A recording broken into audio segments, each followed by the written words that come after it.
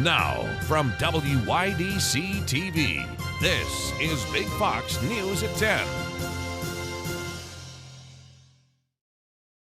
Tonight, mass mask confusion in New York schools. This after state health officials suggested last week the masks would no longer be needed for vaccinated children. But as Big Fox's Matt Kleindienst reports, today it was a different message. Good evening, Ann. The state of New York has lifted and then subsequently reinstated the mask mandate for all schools in the state. That's left some school administrators and parents frustrated and demanding for some clarity. This is the epitome of a whiplashing effect. Dr. Tom Douglas is bothered by how the state handled its school mask announcement over the weekend. On Friday, the state health department announced that school mask requirements would be lifted by today. Late on Sunday, however, the Department of Education walked back the announcement, saying that schools should still mandate indoor mask wearing in accordance with the CDC. This left school districts scrambling to make adjustments. And that sent even more confusion in. Unfortunately for me, that came out when my phone was dead. Dr. Douglas says he understands parents' frustration about the matter, adding that district officials and staff members want masks to be optional. To know that, you're allowed to do one thing on one day and then all of a sudden it's taken back is a great deal of frustration. We join them. He advocates for parents to reach out to the Cuomo administration and demand them to reverse course. Inundate them with the calls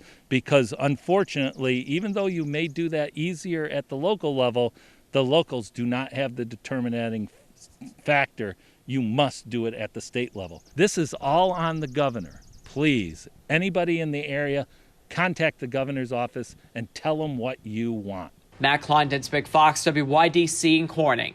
Governor Cuomo announcing that most COVID restrictions will soon be lifted. According to the governor, once 70% of the state population has at least one dose of the vaccine, capacity restrictions, social distancing, and COVID health screenings will be eliminated.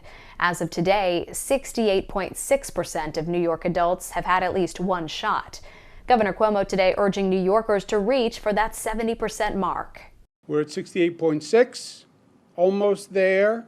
But this isn't horseshoes. We want to be at 70%. But we hit 70%, we will be back to life as normal, or as normal as you can be.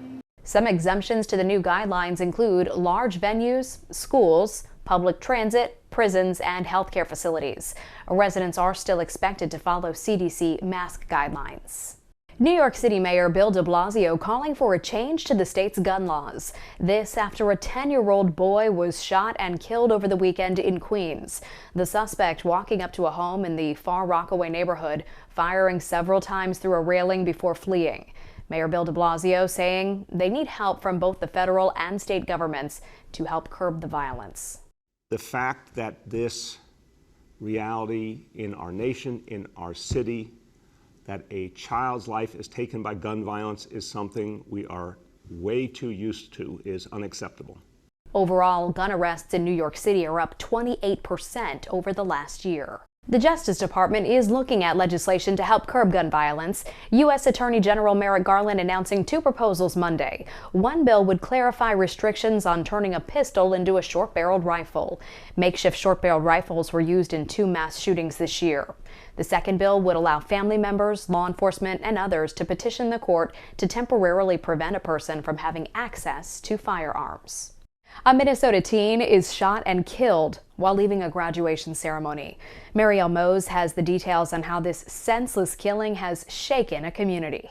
Through tears, Katie Ekdahl told WCCO over the phone about her nephew, 14-year-old Demarius Ekdahl.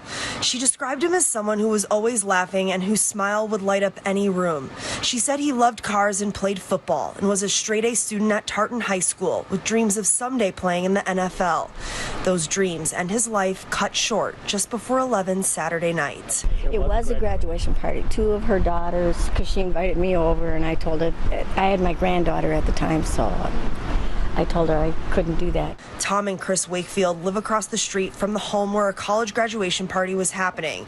They were watching TV when suddenly they heard several gunshots. I heard about 30 of them go off. Investigators found several neighboring homes with bullet holes, but no one in them was hurt. The fact that, somebody got shot in this neighborhood is, I can't believe it. Bob McNally was nearby at his parents' home when the shooting happened. It's ridiculous. I mean, this is probably one of the safest neighborhoods in Woodbury. We've been here 30 years. Yeah. And nothing like this ever happened. Never. No, okay. So I feel sorry for the neighbors and us. So it's a sad day. Somebody got shot. It has to stop.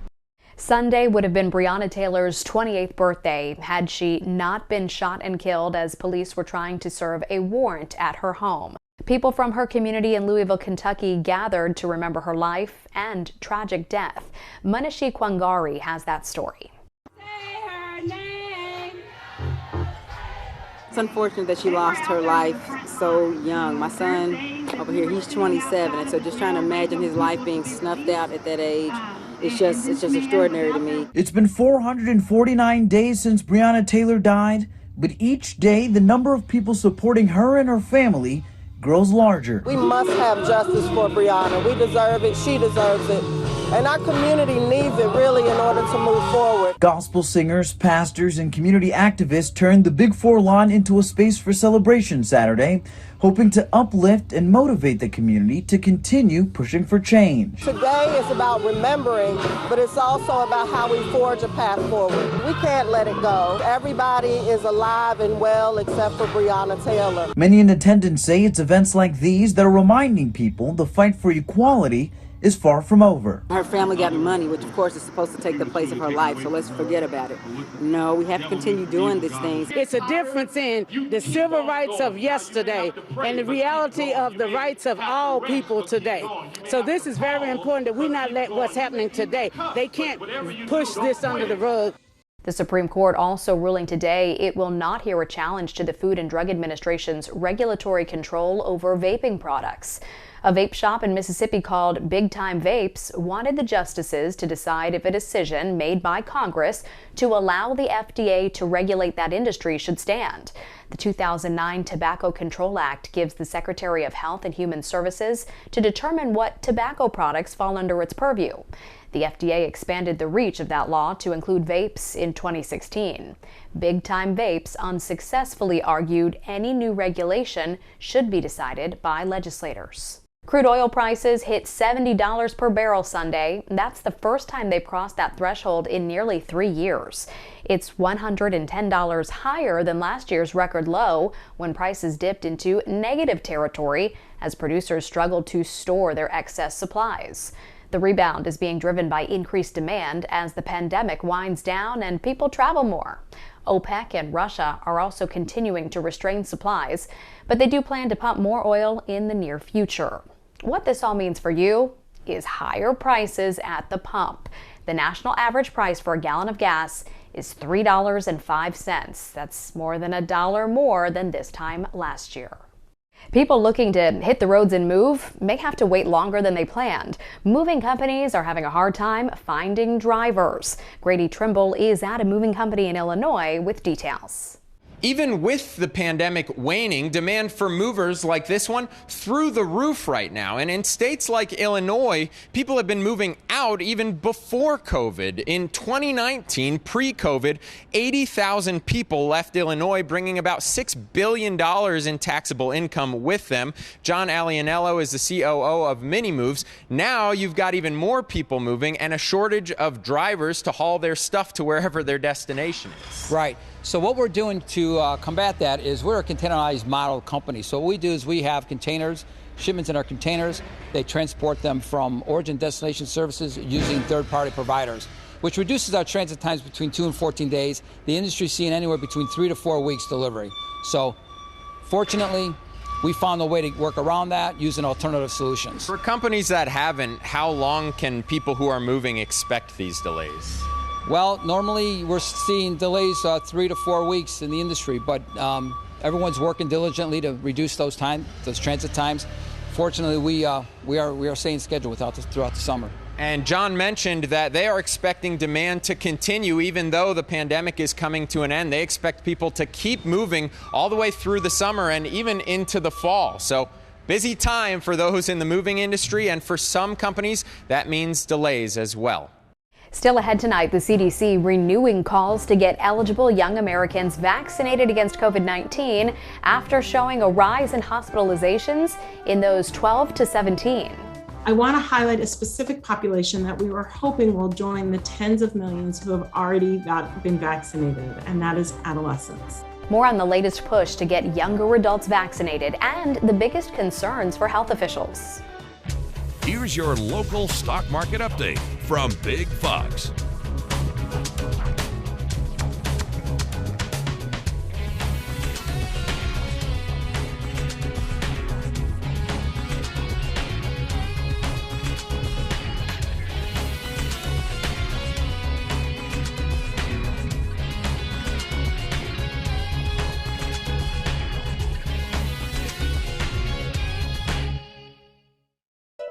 Now, your Twin Tiers forecast from Big Fox. Tonight's Big Fox forecast is brought to you by William Mattar. Good evening, everyone. I'm meteorologist Kim Walker with your weather update. A very warm day with temperatures surging into the upper 80s and 90s in some of our hometowns. Unfortunately, we're going to do it again with temperature readings running in the 80s, and it's going to feel like the 90s out there because of the high humidity. And it's not just us, it's across the region, down to the south and also up to the north. Our dew points right now sitting at 66 degrees, so it is very muggy.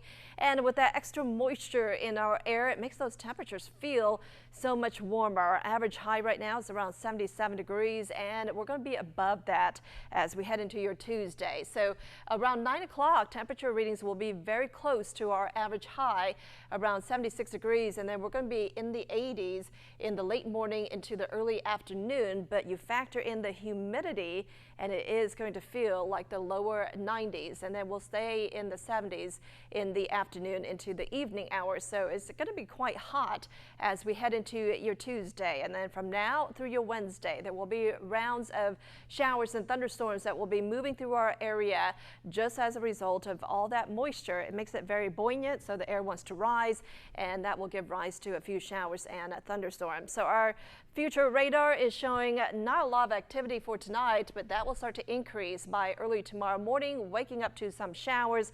And so this is what you're going to have to deal with for your morning commute. There could be a few isolated thunderstorms as well, and then a few more thunderstorms in the afternoon. So it's going to be off and on rain during the day, and then by 10 o'clock in the evening, it looks like it starts to taper off. And then on Wednesday, there will be a few spotty showers and a few thunderstorms as well that will continue into the evening hours. And then we're expecting a little bit drier conditions for the end of the week as that system moves away.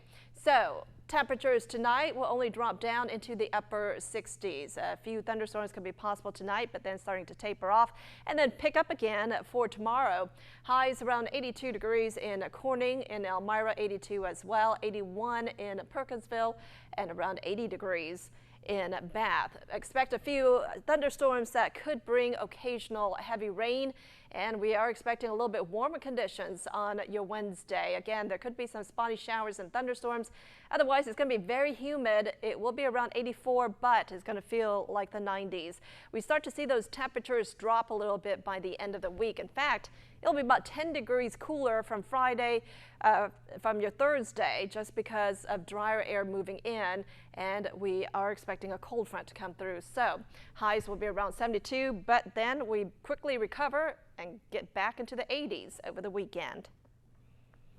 A recent report from the CDC is renewing calls for younger Americans to get vaccinated against COVID-19 as numbers show more 12 to 17-year-olds are being hospitalized. Mandy Gaither has more in today's Health Minute.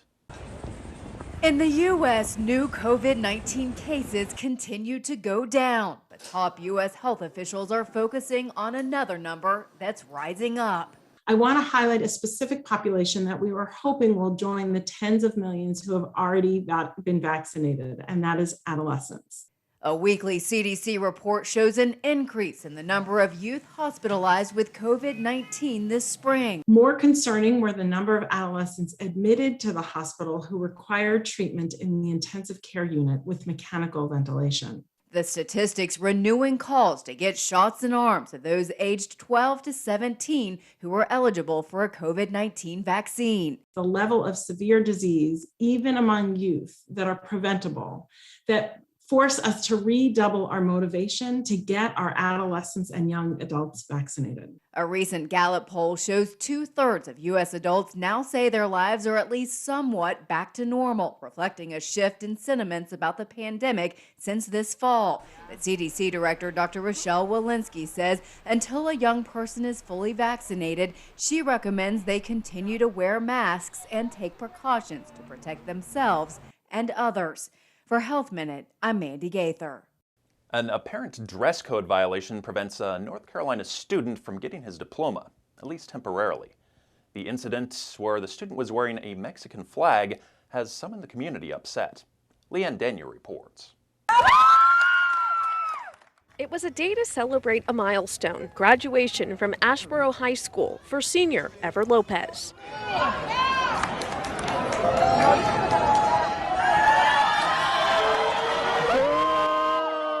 When I got up there, I went for the handshake, trying to get my cover, whatever it was. And she's like, you can't be wearing that. And I was in shock, I was like, what? She's like, yeah, you can't be wearing that flag. It's a distraction. I was like, no way, you're telling me this right now. The district says Ever violated the graduation dress code by wearing the Mexican flag around his shoulders. He wasn't given his diploma. I don't see this as a distraction. I'm just representing what I came from, A statement from the district reads in part, "We strongly support our students' expressions of their heritage in the appropriate time and place." It goes on to say, "We continue working to resolve this issue with the student and his family so that he will receive his diploma from Asheboro High School. He has worked very hard and we want to commend him on this great achievement." Classmates, friends, and parents joined Ever outside the school Friday, demanding the district give Ever his diploma to free Ever's diploma. It hurt everybody, especially us Hispanics. Like, it's hurting us. Like, we have family coming here to, give us a better life, That's what every parent says, give us a better life. They wanted to show their support and urge the district to change its policies for graduation to allow students to more fully express themselves during the ceremony. You shouldn't have to apologize to get a diploma that he spent years in school to earn his diploma. They didn't earn the diploma, he did. And to just take it away because he's showing his heritage, it's not right. In a document sent to school families on Canvas, the dress code states that students need to dress up and that sandals or tennis shoes are not appropriate. Rules about decorating regalia are not listed on that document. The ceremony streamed on Facebook Live. The video shows Ever appearing to start to take the flag off before walking on. I just want something to change, they should change the rules, allow us to represent our stuff, be ourselves. Yeah, and get my diploma back. Post-pandemic higher education looks different. So what does the future hold for high schoolers who are ready to take the next step? Katie Crowther got some perspective on the college versus trade school debate. Joe Lynch knew from a young age he wanted to build things. Construction's always been one of my bigger passions. Just one day after graduating from Horlick High School, the 17-year-old signed his contract and is already working for Findorf Construction, building the new Racine Aquatic Center. Joe's pay as a registered apprentice is $19.75 an hour with full benefits. That will jump to $67.33 an hour by the time he's 21, because in 4 years he becomes a journeyman. Horlick construction teacher Daryl Perry is trying to get more young people to follow this path. He'll make more than anybody that's taught him, that's for sure. 30-year retirement, mid-40s, and he retires, so it's a fantastic career. But enrollment to learn a trade through the Wisconsin Technical College system dropped 25% since 2010. Part of the problem, according to Joshua Johnson, the state director of Wisconsin Apprenticeship, is the underlying stigma often associated with choosing a trade over college. We need to start normalizing celebrating kids going into the workforce straight out of high school. We celebrate them going into sports, or we celebrate them going to college or the military. We need to celebrate them making that choice to go into the workforce, because it is a very responsible choice. This as Americans are more burdened by student loan debt than ever before. Among the class of 2019,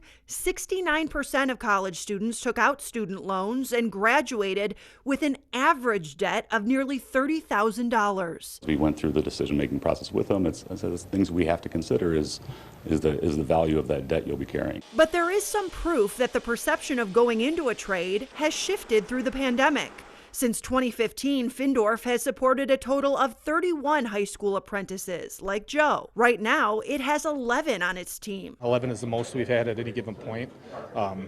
It's neat to see. There's something else that will be neat to see, Joe says, as he embarks on this next step. 5-10 years, I'll drive past and be like, hey, I was on this job and I built it. Jeff Bezos is going to space. The Amazon CEO says he will be flying on the first crewed flights aboard his Blue Origin rocket. The rocket ship New Shepard will take an 11-minute flight on July 15th. It's expected to reach more than 60 miles above Earth.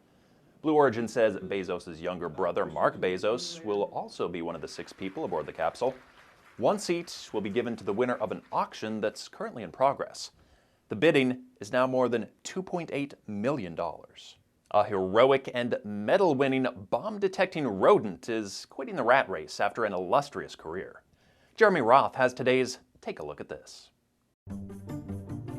A fearless and furry bomb-sniffing rodent is retiring from the rat races. Magawa, an African giant-pouched rat specially trained to identify landmines and other explosives, is putting his sniffer out to pasture after an impressive 5-year career in Cambodia. This reliable rodent's resume includes the detection of 71 landmines and 38 items of unexploded ordnance. All told, he's cleared some 2.4 million square feet of land. In 2020, Magawa received a PDSA medal for his life-saving work. It's one of the highest animal honors in the UK, a fitting feather in his teeny cap, capping off a courageous career. Speaking of heroes at work, a pair of divers in California reunited a man with his lost prosthetic limb after finding it at the bottom of a river. American River Lost and Found divers say they're used to finding all manner of lost items, but this one was very unique and very valuable to John Hovis, who lost it on a rough river rafting ride and was overcome with emotion when it was returned. Tears of joy. That's the goal. We like to get people their stuff back. And finally, here's a lost and found story 46 years in the making.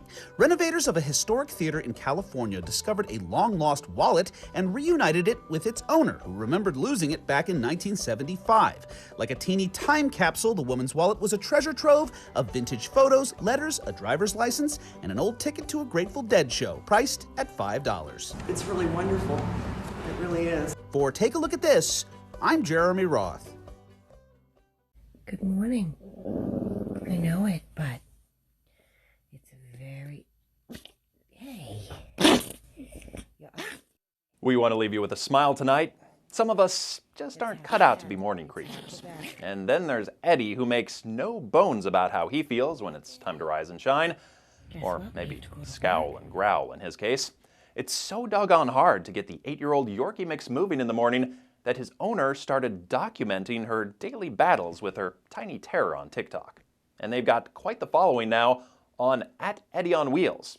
They've racked up 620,000 followers and 12.3 million likes and counting. Thanks so much for joining us. Have a great night.